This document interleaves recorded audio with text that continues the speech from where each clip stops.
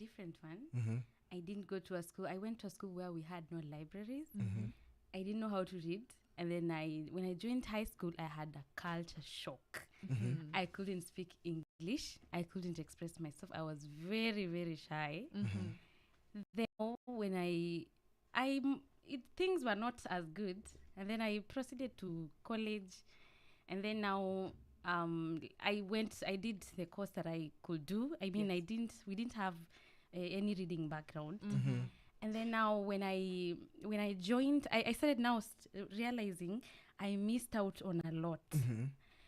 I could listen to people who read, who had books, and I could hear the difference between them and me.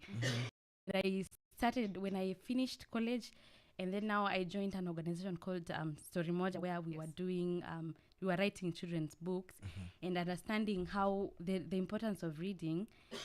And then now I landed at Starter Library. It makes me happy to know that what we are doing, providing books to schools and making learners be able to access books and read, will save them a lot of bad experiences that I, as Damaris, have gone through. Yeah, because you go for interviews, you cannot express yourself, and it's because of the background that was set. Right. I was reading to pass exams. But you made all the catch up. You've caught up, and I'm glad that you were able to do that. And now you're able to help now the next person. Yeah, not even need to catch up, right? Yeah, that makes me happy. That makes me happy. If I would, I'm seeing a learner getting one book, having a storybook to read. I know they'll not go through what I went through, and that makes me happy. That's really exciting. Sitawa, you talked about the reading culture that it was encultured in you by the people around you, but of course by the libraries, the schools. Right. We'd like to know what's the state of Kenya's public libraries and what role play in the culture of reading, because I remember my experience with Macmillan was different.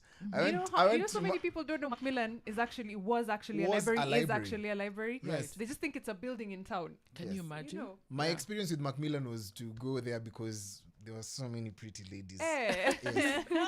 And they were eloquent. It was like, I need to speak like them, so might as well start talking to them after they leave the library. Yeah. But the reading culture, why do you think it's important for schools, for even the nation to build or invest even more in the reading culture through libraries? Right.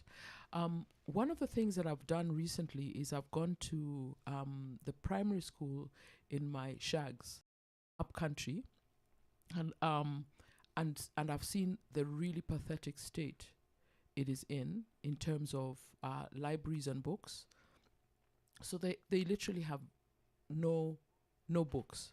There's no library actually, and yet the headmaster, who was new, is really interested, and I introduced Starter Library to them, and so a library, and he was saying how young children have the primary school. So primary school kids, say in standard 3, don't have the level of reading capacity, literacy capacity that they should have.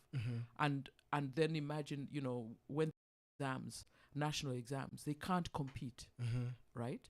And yet this program, very quickly, because they do training of teachers, because it's a whole package, the Starter Library, they're raising not just the reading culture in schools and among children, but they're also improving in exams, their performance in exams, right?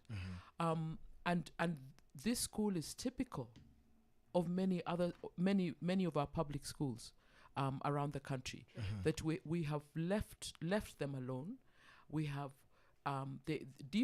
funded them, right? So they don't have a lot of the basic things that they need, and imagine what that means as what kind of citizen we're then producing, right?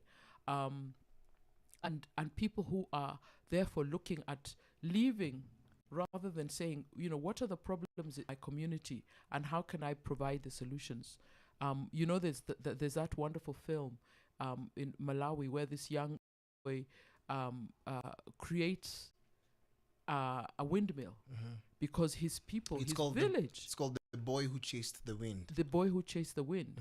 And that is, for me, I watched that movie with tears in my eyes, because here's a young boy who sees a problem huge problem in his community else has solved, and he sits there and he goes out and looks for books to figure out, how do I make a windmill? What kind of solution he lands on a windmill, and then he actually crafts a windmill and makes it. And imagine if if he wasn't able to read, that village would continue with its problems forevermore. Now,